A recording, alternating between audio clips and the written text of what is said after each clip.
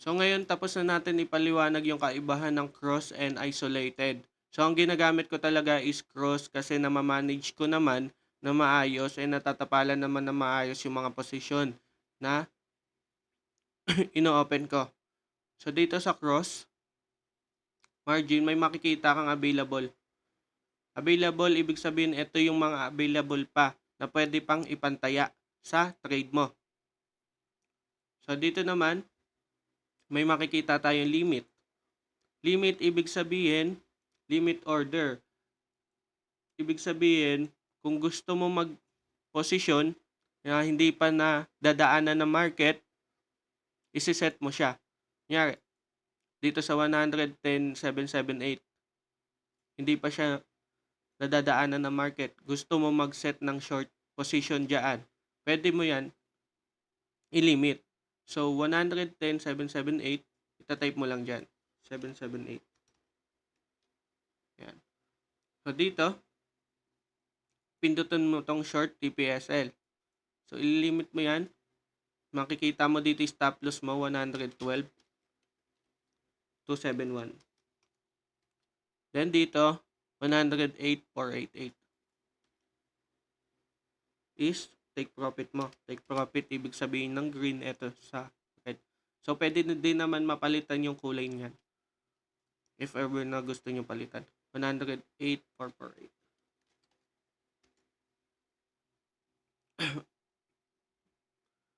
So, dito naman, may makikita kayong ito yung price talaga ng gusto nyong i-limit. So, dito sa quantity, yan. Pwede nyo yung pagpilian kung saan kayo sanay. Kung dito sa BTC, yung value talaga ng yan, ng BTC, then USDT, order value, yan, pwede mo ma-adjust. Count din, ayan, one count is equal to 0.001. Pero ito na yung pinakamadali. Order by quantity USDT. Confirm natin. So, magli-limit ka. Kung mag-open ka ng short, magpe-play lang yan kapag nadaanan na ng market yung nilimit mo. So, habang hindi pa nadadaanan is hindi pa siya magpe-play. So, kung gusto nyo is pumosisyon na kagad, dito kayo sa market. Yan, sa market. Ibig sabihin, dito kayo sa current price niya mag-posisyon. So, adjust nyo. Kung gusto nyo stop loss is 110, i-type nyo lang dyan. Then, example natin kung paano na tayo magpo-posisyon. So, kunyari, dito gusto natin mag-short position. Then, ang stop loss natin is 110,690. Then, ita-type natin market profit 107,856.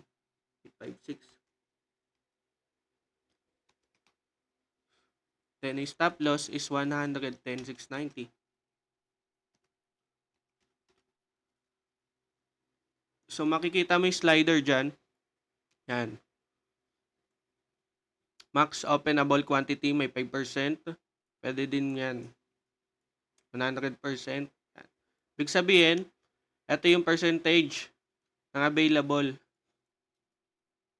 na pwede mo ipantalpak. Kunyari, mag-risk ka ng 1%. So, ang pinakita dyan, ang 1% is nandito. 1% ng funds mo, buong capital mo, buong pondo mo is 0.9 USDT. Kung nakikita nyo dito sa baba.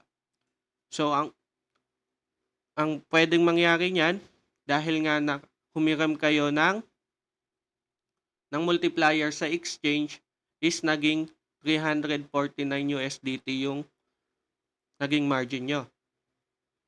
So, 0.9 times 500, yung hiniram nyo, 500x, is equals dito sa margin nyo na magpe-play dito sa position nyo. So, kung babawasan natin yung leverage, gawin natin na 100x lang yung leverage. Ayan, nabawasan siya. Naging 88 USDT na yung magiging value ng position nyo. So, kaya 100x, kaya max leverage, ibig sabihin, nahiram tayo ng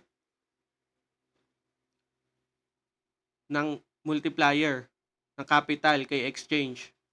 So dito nakita natin bumalik siya sa 350 USDT. Na? Then ito naman sa take profit and stop loss makikita natin yung estimated P&L. So nakikita natin sa magiging loss natin is 1.5549. So kung gusto nyo isakto ng $1 yan, pwede nating i-adjust. So 350 USDT yung nakalagay dito, pwede natin bawasan. 350, 'di ba? 200 na lang. So sa 200, 0.9351, yan na, na-adjust, nakikita nyo. I-adjust natin. 250, 1.1, 220, 0.98, yan, 225. Yan, sakto 1.03. Yan, kung pwede na yan sa inyo, yan. Ibig sabihin, mababawasan kayo ng 1.02 kapag pumunta yung price dito sa stop loss nyo. Nakasulat naman dito yung take profit, 4.65. Yan.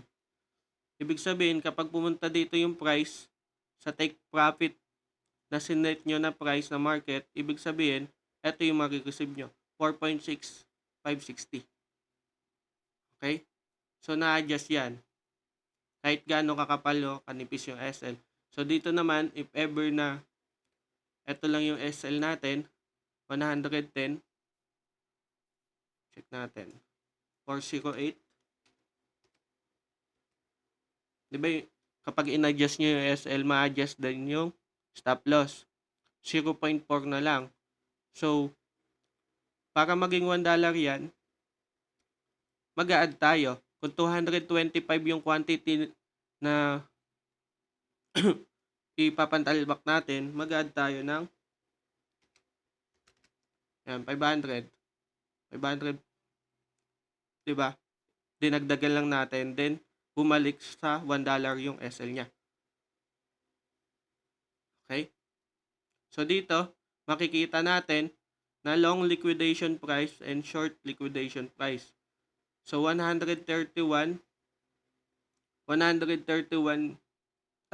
USDT dito, ang price ng Bitcoin malayo pa. 131, ibig sabihin nandito. Sa taas pa. Yung liquidation price. Bakit? Kasi naka-cross margin tayo. Ibig sabihin,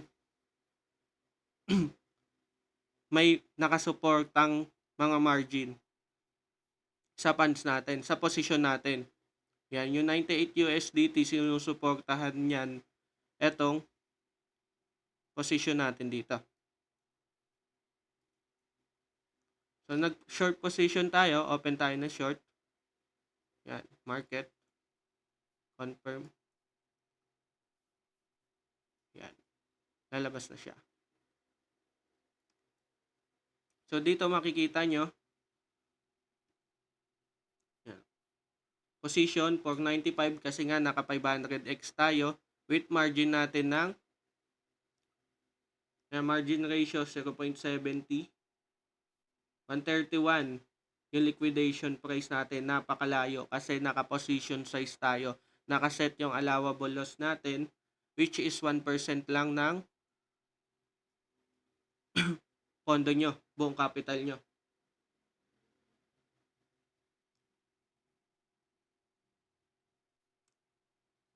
So, yung average entry price, kung saan talaga kayo entry. Yan.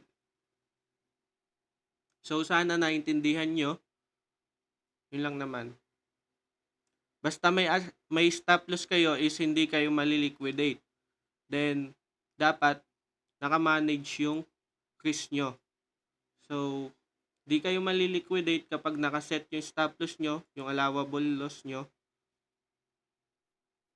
Yan. Imposibleng maliquidate ka dyan.